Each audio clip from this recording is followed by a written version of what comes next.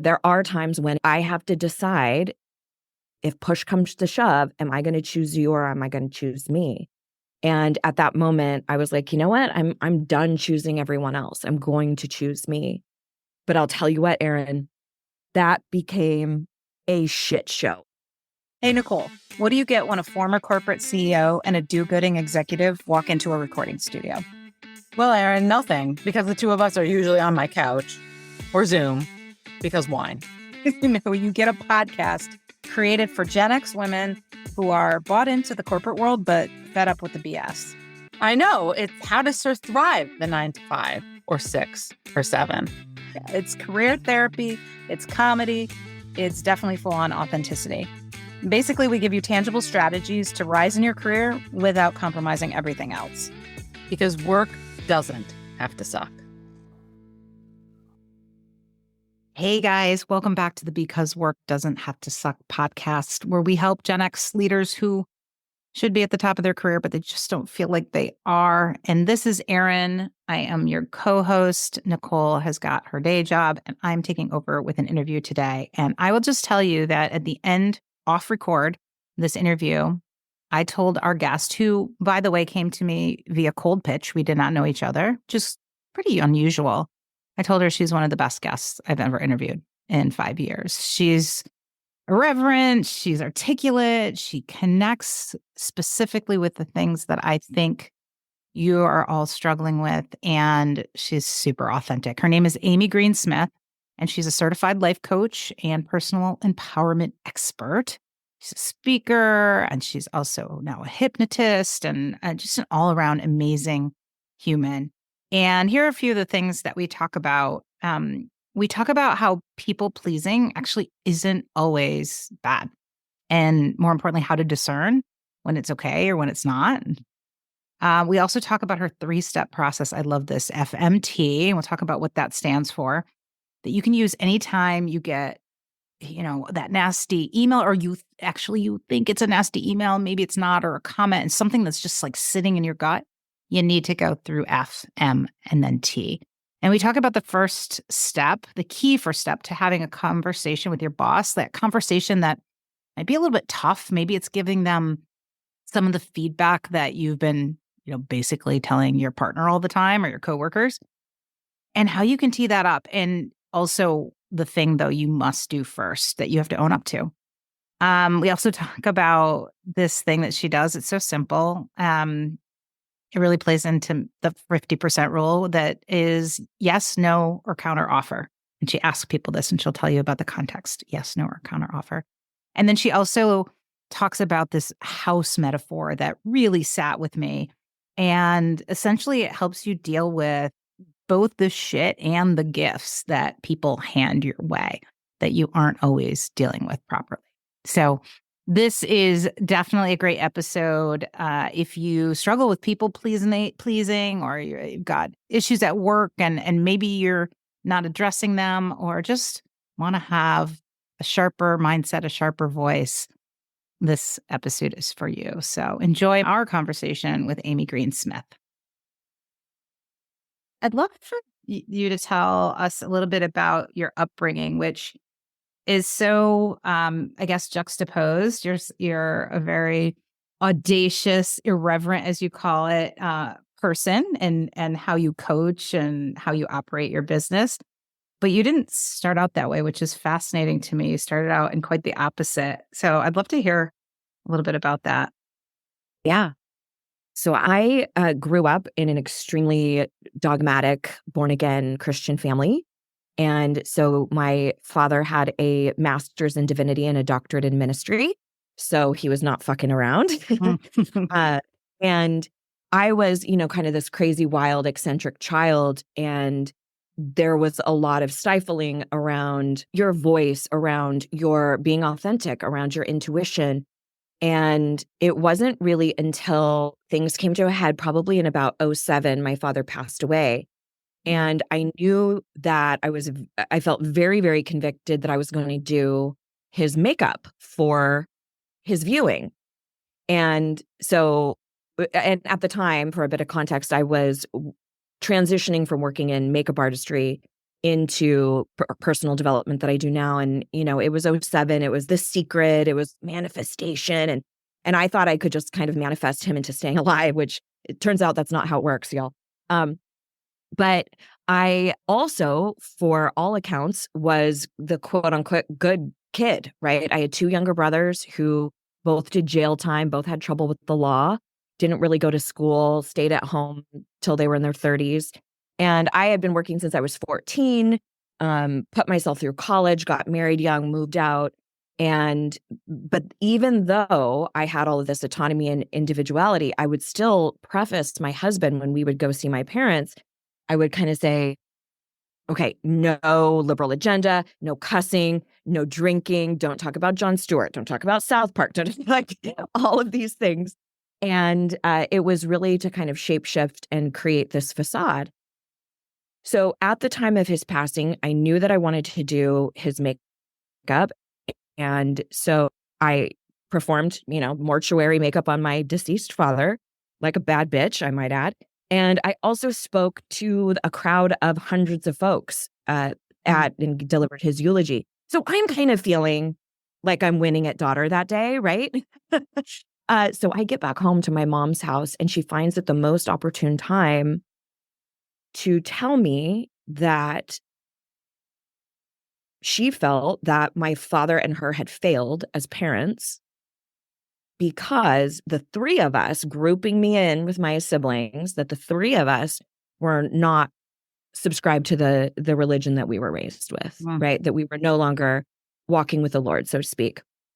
And that really was sort of a pivotal moment for me, because I realized that I was either going to need to make her happy or I was going to need to make me happy. And I don't think that many speaking up for yourself situations are ultimatums. However, there are times when it is. And I have to decide, if push comes to shove, am I going to choose you or am I going to choose me? And at that moment, I was like, you know what? I'm done choosing everyone else. I'm going to choose me.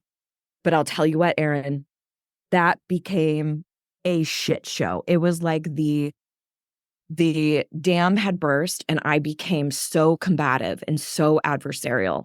And it wasn't until many, many times where I'd have these conversations with my mom in particular, where I had to go in and apologize for my delivery. It's the internal element of genuinely believing in your own worthiness, your own enoughness, and then the external piece of how does that then inform how I communicate in my work life, in my intimate partnerships? What do boundaries look like? What do difficult conversations look like? And that really is sort of the nucleus of the work that I do in the world now. One of the things that you said, which is just so profound, right? You either had to choose pleasing her or pleasing yourself.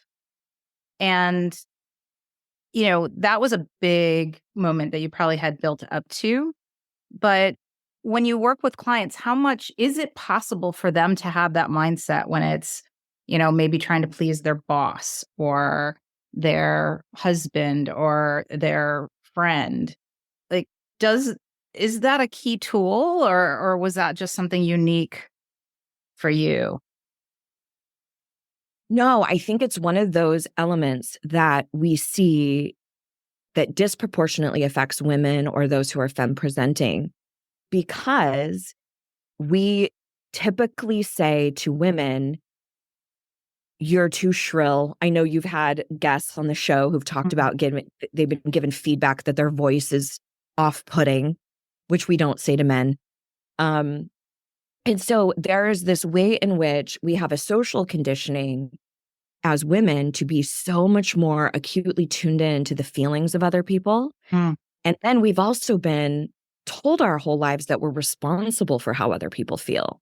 So what that typically means then is that we begin to shapeshift and alter what we really want to say, our stances, our opinions, our beliefs, because we're so aware of how we might be received. But it's incredibly primitive. I mean, there's a very real reason for that. We don't want to get kicked out of the fold, so to speak. And for our ancestors, you had to belong to the group. You had to go along to get along because that meant survival. And we still have those same sort of lizard brain tendencies where but the way it's kind of iterated now is we think, okay, if the CEO doesn't approve of me, or if I don't land this big deal, then I'm not enough. Then I'm not worthy. We don't naturally say, then I might die. But there is this impending threat that's happening there if we're not well received. But I do think that there's a real nuance to the workplace as it relates to people pleasing. And I'm curious if this is your experience too with the folks you work with. But there is the same way that we will naturally people please in order to take care of ourselves. So for example, if we were to be attacked by a mountain lion, right? Let's say our fear response would kick in and we would operate from fight, flight, freeze, or fawn. Fawn is sort of a little bit newer on the conversation. And it is the idea that we would placate an aggressor or a captor in order to stay safe.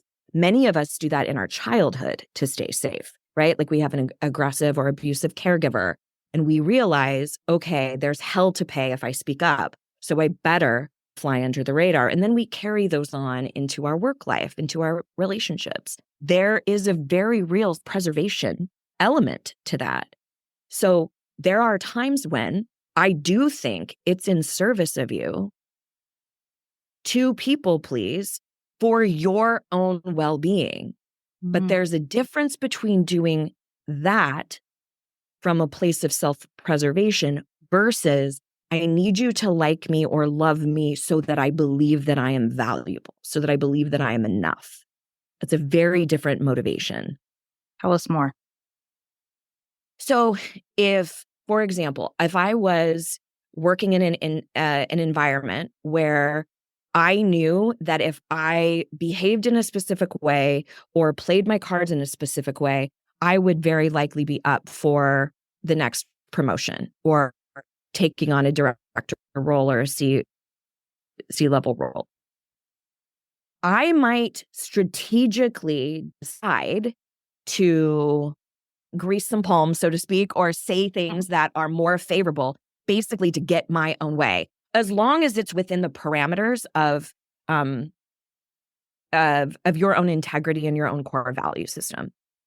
It's akin to if you're going to a restaurant, let's say, and you really want to get a good seat. It would behoove you to be really kind to the host and to say like, hey, I know you're so slammed. I know you're so busy. If there is any way we can get that corner, we're willing to wait. I don't know if you accept tips. We're happy to tip you, right? Like if there's a way you can play your cards right that feels like it's of integrity to you, aligned with your core value system, then that way of catering to others or in some essence, people pleasing is in service of something you want to get. And that is largely applicable to our work lives because we are dependent on that environment for our livelihood. Now, that's very different if I were going to be in an environment where I was becoming who I was not in order to get a promotion or to land a deal or something that was out of integrity. It's also very different than me feeling like if I don't get that position or if I don't land that client, then I must be unworthy. Then I'm not enough. It's a different motivation and it's also a different outcome. So your relationship to how things go is more about a strategy as opposed to contingent on my self-worth. Does that make sense? It does. And so when you're in that situation where you know that you're doing it because for the bad reasons, right? For your self-worth, what are some hacks or suggestions on how you start to experiment with, getting out of the bad people pleasing cycle? Yeah. So I think again, it's a specific tactic. So I don't mean to harp on semantics, but I don't necessarily think it's bad or good necessarily, because it is a defense mechanism, right? And I think a lot of times in personal growth concepts, we talk about specific terminology almost like it's an all or nothing, like perfectionism, for example. It's always bad, it's always wrong. Or if you have a sense of control as a behavioral tactic, that, oh, that's bad, it's always wrong. I'll tell you what, if I'm going in for brain surgery, you better sure as fuck hope that surgeon is a perfectionist. Like, there are times when it is life and death, it is being called for. There are times when people pleasing does take care of you. So I think one of the places is to discern that difference. Am I actually in danger? So one of the examples that I use all the time is in my personal world, in all my world, I identify as queer. If I'm in a situation where I'm in an environment that's clearly anti-LGBTQIA, that is probably not the time for me to get out my rainbow flag and try to call people in. And if I'm actually in danger of being harmed, people pleasing might actually keep me safe. Yeah. But I would also argue that far more often than not, we're operating from a fear where we're not actually in danger. So part of it is discerning that. So I would start with, first of all, the easiest to speak up about is to take an inventory of what do I chronically complain about that I will not take action on. And it's usually, who am I complaining about chronically? I'm not talking about just coming home and needing to vent and needing to get stuff out. I'm talking about a habitual complaint about a specific person that does not know you have this grievance. I like to say you need to at least give people the opportunity to be what you need. And sometimes they will rise to the occasion and sometimes they won't. But if they would have no idea what a big deal this is to you, or how problematic you find this, or that something was offensive, or you think the company should go in a different direction, then that's on you. So if you are giving your partner an earful, let's say, but about your co-part, but they have no idea, you're just speaking up to the wrong people. Or if you're frustrated with your mom and your bestie gets the earful, those are usually the ways that we can look and go, okay, I am chronically bitching about this one project I'm working on at work. And it's this one particular person. And because it's so much easier for us to rest in that victimhood, because then we don't have to do a damn thing. We get to just stay in our resentment. We basically are saying, I can't be happy unless that other person magically changes. So I think it's important then to recognize, when am I actually complaining about something that I could move the needle on? And I think you did a podcast fairly recently where the host was talking about that. Like, is the environment the problem, or are you the common denominator? I think you even had your dad said, like, if you meet an asshole, then they might be an asshole. Or you meet an asshole in the morning. What is it? If you meet an asshole in the morning, you met an asshole. If you meet them all day, you're the asshole. That's right. So examining, like, what is my role here? So the first item of business is take an inventory. Is there someone or something that I habitually complain about that I have not given voice to? That usually will be your entry point. And this could also be outside of business, by the way. This could be in-laws, right. This could be your kids' teachers, things like that. But recognizing, like, okay, here's an issue where I have not been vocal. I look at speaking up for yourself and people pleasing as being pretty antithetical. On one hand, you have, I'm caring way too much about my reception. I care way too much about what's happening for the other person. And the other side is, I care so much about my voice. I care so much about my stance or my opinion that I'm willing to take up space. And I am okay if there's opposition, right? Like, not that you have to be right every single time, but there is a real nod to your self-worth when you say, I deserve to have a voice here. I deserve a seat at this table.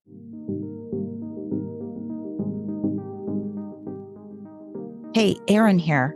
Look, I am so happy you're here listening to the Because Work Doesn't Have to Suck podcast. But I'm also guessing that some days it can be tough to get over here, and you may not always have the time to throw in your earbuds for half an hour or an hour.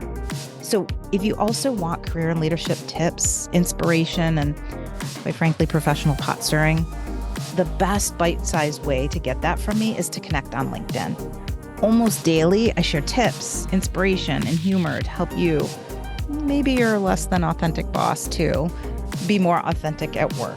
You can find me by searching my name. I'm literally the only Erin Hatzakostas in the world, or at least the online world. So if you can spell it, you can find me. Or we make it easy. You can scroll down to the show notes and click the link there. See you there.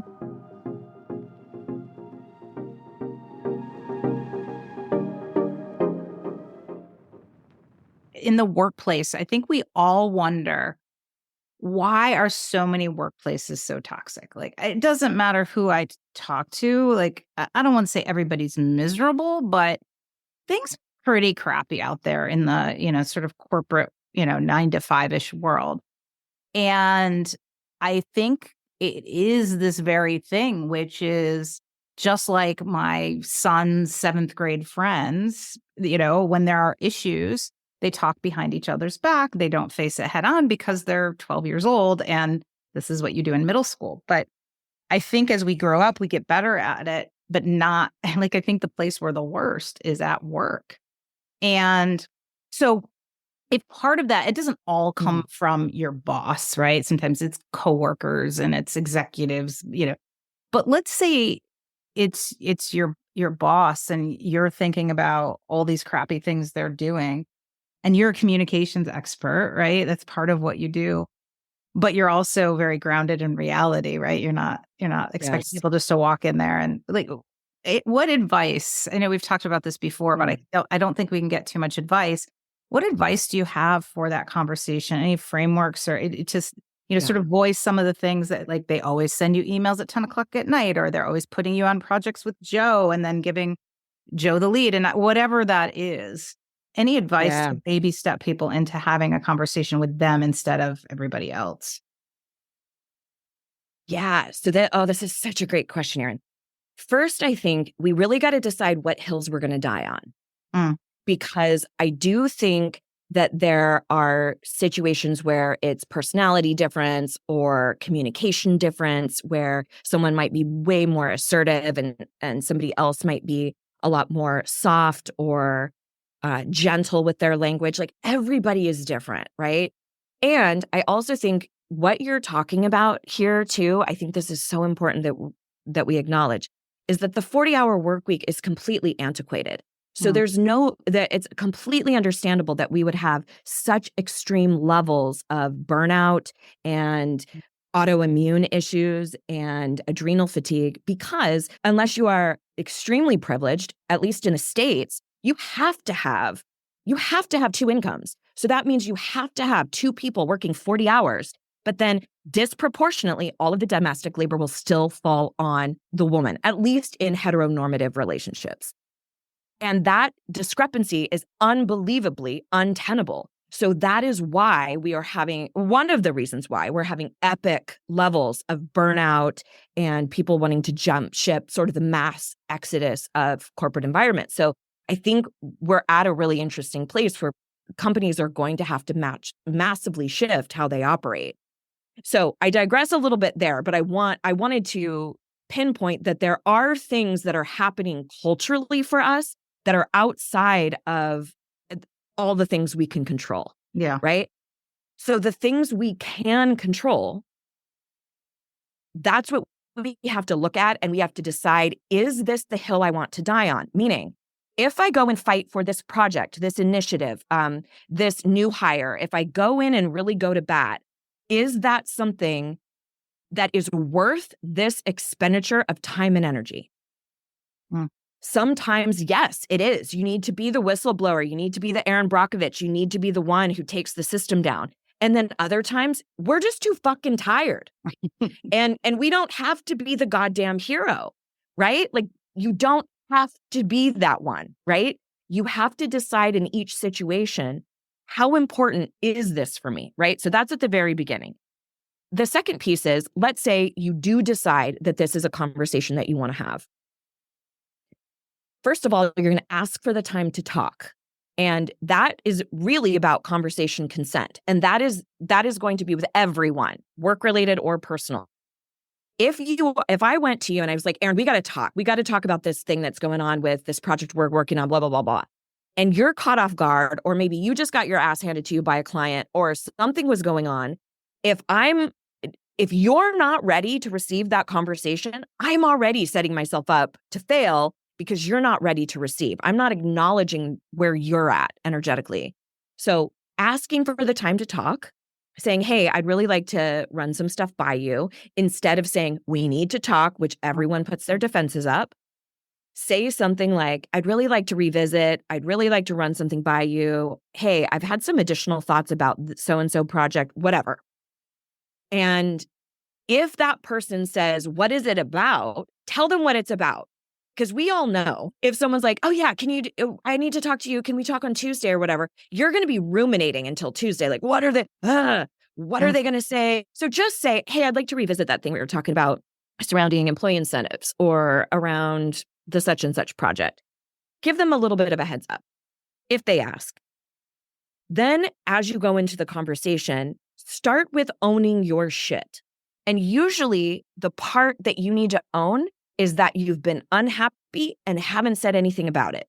It's not necessarily your opinion, your perspective. It's just the fact you haven't been vocal.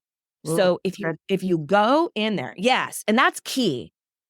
Because when people say, but I haven't done anything wrong, and I'm like, no, of course not. You just haven't given them the opportunity to be what you need. And that is on you. So going in and saying, hey, listen, I don't feel fully settled about the conversation that we had around fill in the blank. And I'd really love to kind of share with you my perspective or how that landed. And I'd love to get your thoughts on it. If you're going in there and saying something like that and then adding, I realize that I've been feeling a bit resentful, or the project has been feeling really frustrating, and you would have no idea. And that's wildly unfair to you. And I know if our situation was reversed, I would want to know exactly what was happening for you. And then you can kind of break down, I have sort of a 3-part process that you can use. And it's very simple, and it's going to be nuanced depending on what your situation is. But it is 1, here's the issue, or here's the problem. 2 is how it is landing for you, or what the impact is on you. Mm. And then the 3rd piece is your request, coming in there with some sort of a solution. And I think oftentimes employers will, especially men, will look at something at surface level, and especially because men aren't trained culturally to be tuned into how things might affect other people or what they might be feeling, they will likely make up the assumption that you're just magical at what you do. They won't deduce that you aren't sleeping, that you haven't been on a date with your partner in 4 years, that you haven't participated in any of your kids' functions. So the topic is, let's say, the Smith project. We've been working on the Smith project, and I know that we decided to go this angle, and here's what I want to really share with you. I don't think that I have been as clear about how untenable this amount of work has felt for me. And I'd like to think that I make it look really easy. I like to think that I'm the yes woman that you can turn to. But truth be told, I am floundering, and I don't know if this is sustainable. And I love what I do, and I don't want to become angry and bitter. And I want us to be able to collaborate and create a solution that works, right? So I don't know. I'm just making up a problem. But then you would say, then here is my request. And this can absolutely be the same if you are having a conversation with your partner or your kid or whoever. What would you think about this? What if we delayed the start date to this, What if we brought in a contractor for only 5 hours a week to work on just this piece to alleviate this element for me? What if, right? And you start looking at some additional options. And what you will find is if you go in with vulnerability, if you go in with softness, if you go in with kindness, I'm not talking about timid and sheepish and embarrassed. I'm not talking about anything besides being incredibly soft and articulate, right? We can be articulate and assertive and soft at the same time. It's kind of a superpower. And to say, here's what's going on with me, you are far more likely to elicit that same sort of emotional currency from the other person. So if you go in there ready to do war, you're going to get somebody who's defensive. But if you go in there owning your piece, coming with solutions, coming with suggestions, we don't know. We can't guarantee that they're going to be amazing. They might not. But it is your best shot. So even just how you show up and the respect that you give to the conversation can set a major tone.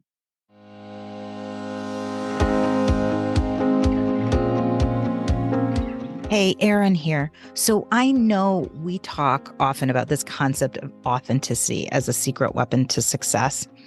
I swear to you, my authenticity was literally the number one thing that helped me become both the CEO of a 9-figure company at the age of 42, but also that helped me lead an insanely successful financial and cultural turnaround of that same company. But I get that authenticity as a secret weapon kind of sounds fluffy, like fluffy unicorn doo-doo that leaves you wondering, what do I actually wake up tomorrow and do differently without looking stupid or getting fired? This is exactly why I put together the Authenticity Playbook for you. It gives you 10 plays or really thought starters that are simple, actionable things that will help you up your career and leadership game. To get your free Authenticity Playbook, go to beauthenticinc.com/playbook. Again, that's beauthenticinc.com, just the letter B, authenticinc.com/playbook. Or to make it simple, just scroll down to the show notes and we've got you covered with a link there too. When people communicate in general, their needs or their opinions, and where do they get stuck the most in all of this, do you think? Ooh, gosh, there's a handful of things. One of them is being so attached to the reception. It is so much rooted in how getting your way or the other person seeing it your way, as opposed to the win being that you actually spoke up and advocated for yourself. One of my main mantras that I operate under is you are responsible for your intention, not your reception. But so frequently we go into conversations where we go, okay, this will be successful as long as my boss sees it my way, or this will be successful as long as my partner agrees to go to therapy, or, whatever it is. Instead of going, this will be successful if I am proud of the woman I am in this situation, regardless of the outcome, whether they agree with me, whether they're willing to collaborate, whether they're indifferent. The win has to be, I am proud of how I showed up, how I went to bat for this thing, because ultimately that's all we can control. That is all that we can control. Yeah. Yeah. So, I love that so much. The one thing I would add, because I sat in that senior level suite, right? I was the CEO of about 1,000-person company. And so I did it myself, but I also saw it. The other thing is that a lot of times when, a boss or executive, a manager is getting that, they need their time to process. And so a lot of times the initial reaction, like let's say you're asking for a raise, the initial reaction is probably going to be, well, don't know if we have the budget for that, Now, that doesn't mean that when that meeting is over and they have time to process it, whether it's 5 minutes later or 5 hours or 5 days, they go, well, they made some great points. I really like to keep them. They have been doing, above and beyond, et cetera, et cetera. So I think part of it too is you also can't judge it on the immediate reaction, because sometimes there is processing, there's exorcism, there is a bias towards no or pushback, especially if you're not used to that kind of conversation. Because even though you may be more senior, you're human, right? And you probably haven't had that kind of conversation, especially with that person. So I think that's part of it too. Like you also can't be stuck on the initial sort of reaction too. And I think you bring up a good point here, Erin, for either party, whether you find yourself in the executive seat or you find yourself in the employee seat, If you're in the employee seat, one thing that you can do is to say, it would mean the world to me if you would take some time to consider this before giving an answer, Yeah. right? Like preface it with, girl, take your time. Yep. Like really give it some breathing room. And then the same for you in the executive seat to say, I really want to give this conversation the attention it deserves. Let's circle back in a week, in 2 days, in a month, whatever, depending on what your workload is. But that's also saying to that person, I value you. And I recognize the courage that it took to come in here and ask for what you want. I think there's an onus on women, this is my personal stance, to hold up other women and to applaud brave steps like that have been kind of demonized in our culture for so long, right? It's been the only way for women to get ahead is to be man-like, to be the ball buster, to be the bitch, to be the, stay out of her way. And there's so much more to who we are and what we're capable of. And I think if we can genuinely show people, despite gender, hey, I value you and your contribution to this organization, and I want to really give this some concerted thought. How soon do you want an answer? And let me see if I can give you a counteroffer, right? So I operate with all my students. We do something called yes, no counteroffer. And this could be very applicable with employees or co-parts. Anytime I propose to them a homework assignment or a challenge, something I want them to take on, I will say, okay, I'm going to throw this out to you. You can do yes, no counteroffer. Here's what I would love you to do. And then they will tweak the assignment and say, okay, here's what I'm willing to do. And then we have an agreement. But both parties feel honored. There's an autonomy there, as opposed to, I'm this leader and I'm going to tell you exactly what you have to do. There's a way in which you're bolstering the respect between parties. I love that. It gets to something I write about in my next book, the self-determination theory, which essentially says people are more motivated when the idea is at least in part their own, right? And so I love the yes, no counteroffer. It's so succinct. While I have you, I mean, this has been so helpful, but let's talk a little bit. Let's stay in this corporate world. You call it shit talking, right? Mostly to yourself, right? That inner voice. And I think back to when I was in corporate, the hardest part wasn't the work or the hours. The hardest part was the shit talking. It was the early morning email from your boss that you weren't sure if they were, pissed at you or not. It was the client that you'd messed up and the fear of having to go and tell them all the things, you screwed up. How do you handle that better? That shit talking, as you call it. I'll give you one specific tool that I think could be very, very tangible. And I call it Find My Truth. And it's an acronym, FMT. Find My Truth is the easy way to remember it. The F stands for what are the facts? And so you start with, okay, I just got an email from Steve and it said this one sentence, right?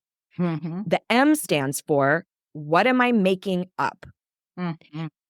We know that 7% of the impact of language comes through the actual words. 93% of what we pick up on is our tone of voice and our body language. So if that's void because you're just dealing with a text or an email, the propensity to make shit up is astronomical. Yeah. And we make it up based off of our insecurities and our past history and all sorts of things. So what are the facts? The facts are Steve said this in an email. What am I making up? I'm making up that he's mad. I'm making up that this is really about that other thing that we were working on. I make up that he wants to replace me or that I'm just not that smart or I'm never going to work here again. We catastrophize. Mm-hmm. Then the T stands for what is the truth? And the truth is that all he said was this one statement.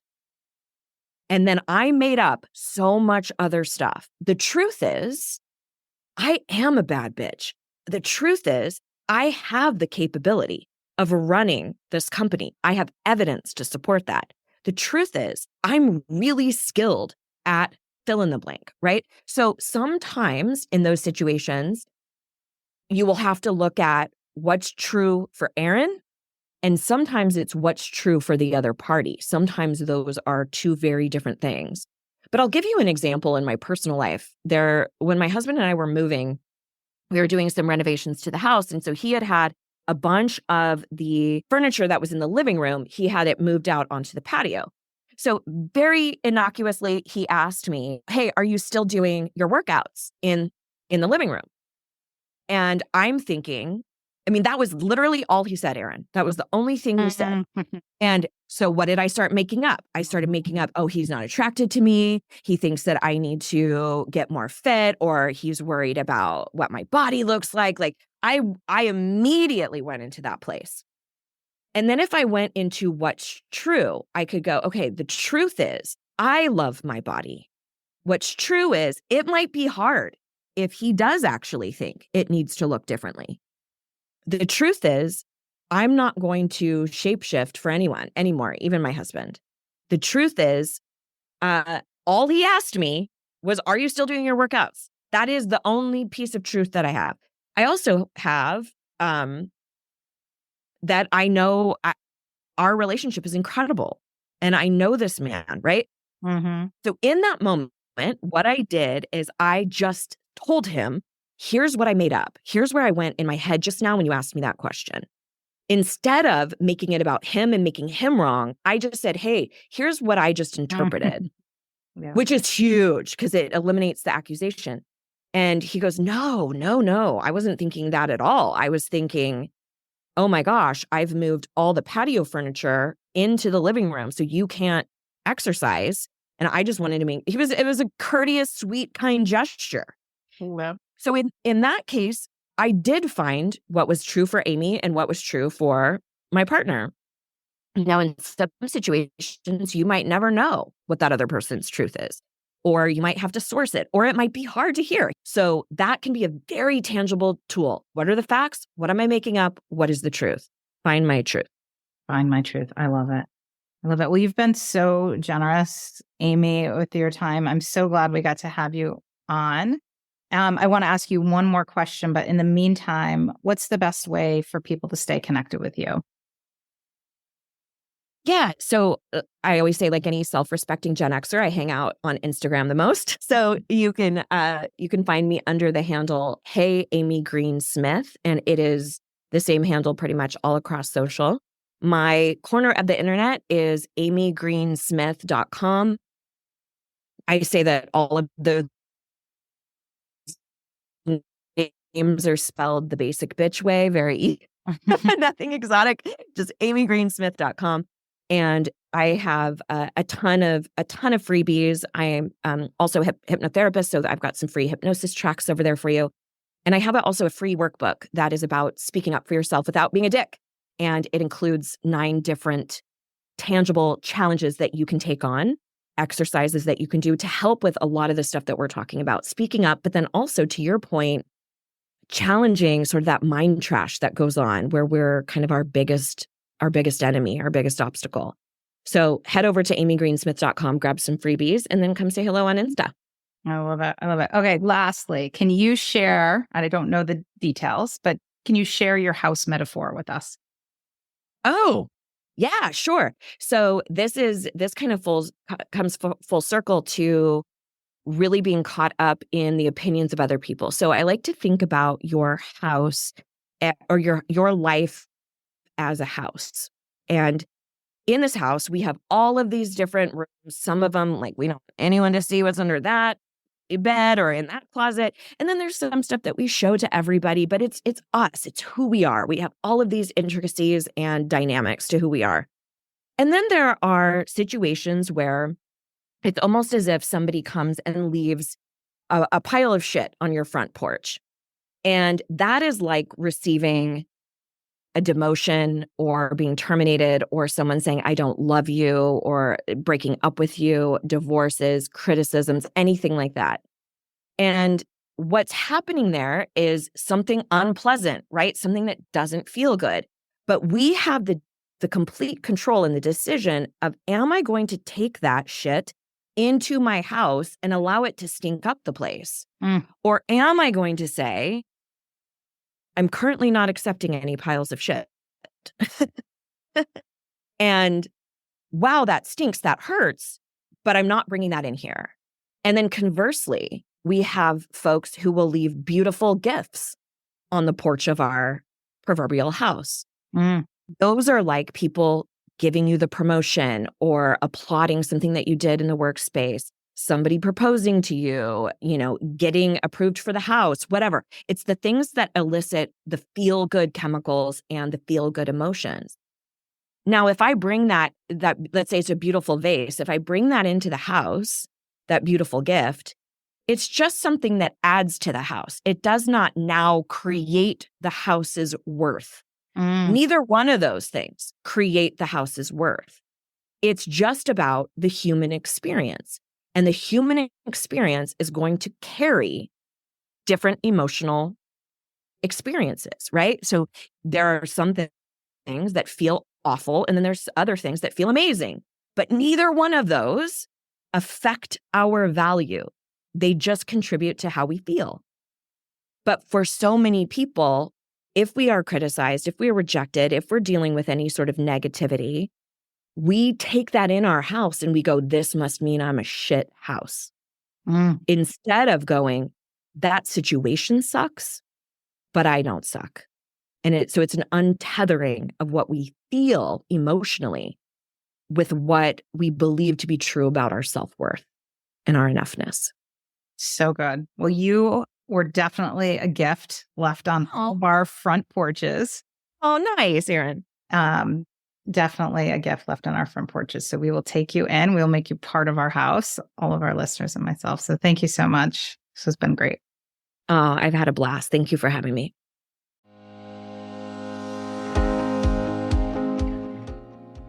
Hey, it's Erin with a teeny request. If you have ever gotten any value from this podcast and you'd like us to stick around, plus you want it to continue to grow so we can kind of swindle bigger and more knowledgeable guests to join us and to keep providing you with tangible and inspiring actions you can take to achieve the career and life you deserve, could you please just take 1 minute to leave us a rating and a review? Those reviews go a long way in attracting guests to the show, and candidly, they really make Nicole and I's day. We see you. We really do. So when you have the time and inspiration, we'd love to see a rating and review from you. Thank you.